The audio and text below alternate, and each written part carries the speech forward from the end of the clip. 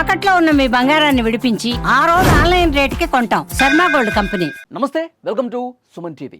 America అధ్యక్షుడు Donald Trump టారిఫ్ల మోత మోగిస్తున్నటువంటి ఈ సమయంలో ట్రంప్ దూకుడికి కళ్ళం వేయడానికి, అమెరికా ఆధిపత్యానికి చెక్ పెట్టడానికి త్రిశక్తి కూటమి, ఒక మహాశక్తి ముందుకు రాబోతోంది.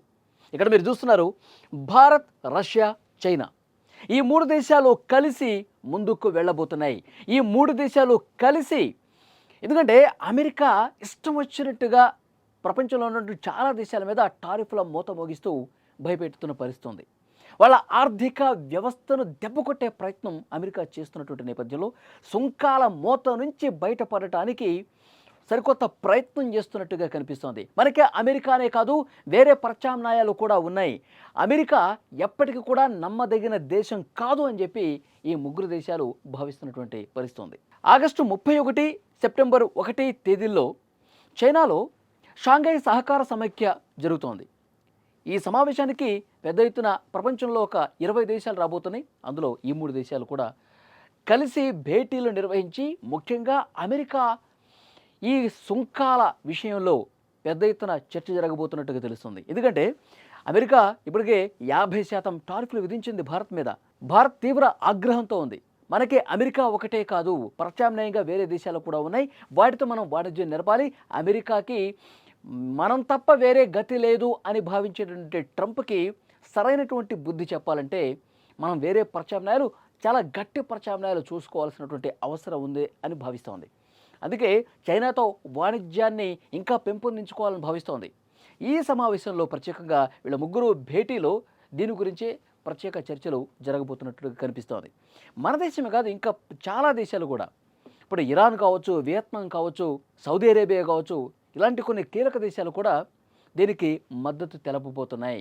ఎందుకంటే అమెరికా అధ్యక్షుడిగా రెండోసారి బాధ్యతలు చేపట్టిన తర్వాత ట్రంప్ మితిమీరినటువంటి వ్యవహార శైలి కనిపిస్తోంది. చాలా దుందుడుకుగా ప్రవర్తిస్తూ, అమెరికా ఫస్ట్ అనుకుంటూ ఇతర దేశాలని చాలా తక్కువగా చేసే ప్రయత్నం చేస్తూ ఉన్నాడు.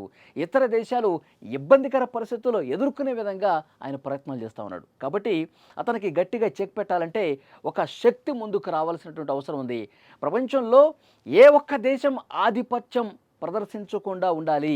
భవిష్యత్తులో కూటముల ప్రభావం ఎక్కువగా కనిపిస్తుంది.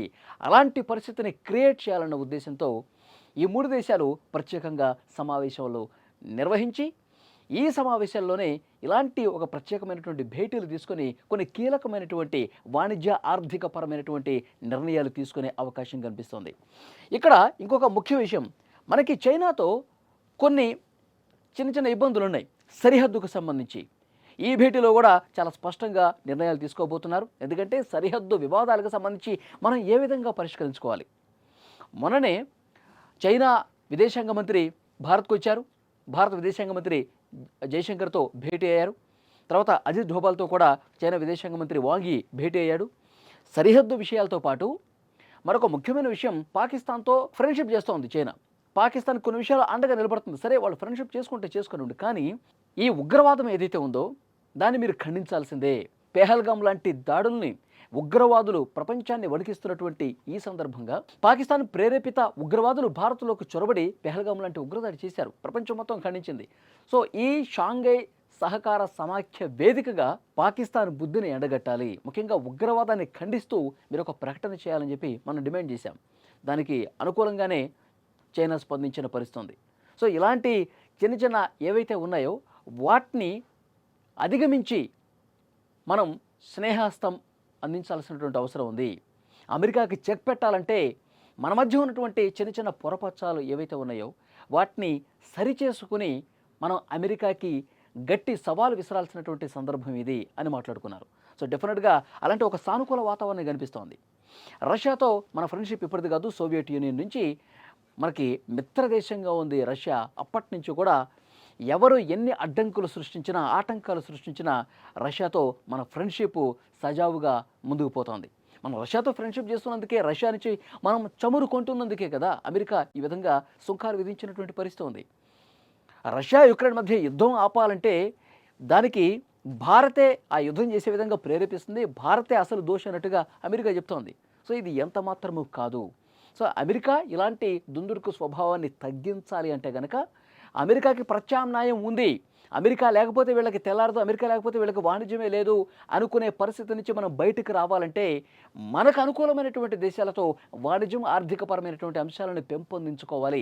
అమెరికాకి మనం గట్టిగా చెక్ పెట్టాలంటే ఇలాంటి ఒక బలమైనటువంటి కూటమి ముందుకు రావాల్సినటువంటి అవసరం ఉంది అని వీళ్ళు ఒక మెసేజ్ పంపిస్తున్నారు. ఈ భేటీ ద్వారా అమెరికాకి ఒక గట్టి సంకేతం వెళుతుంది అనటంలో ఎలాంటి అతిశయోక్తి లేదు. అమెరికాలో ఉన్న మేధావులు కావచ్చు, నిపుణులు కావచ్చు, అమెరికాలో ఉన్న ఆర్థికవేత్తలు కూడా, ఆర్థిక విశ్లేషకులు కూడా చెప్తా ఉన్నారు, భారత్ మీద మీరు ఏవైతే సుంకాలు వేశారో అది చాలా క్లిష్ట పరిస్థితుల్ని అమెరికాకి తీసుకురాబోతోంది. ఎందుకంటే బ్రిక్స్ బలోపేతం అవుతుంది, ఇలాంటి కొత్త కూటములు ఏర్పడబోతోంది.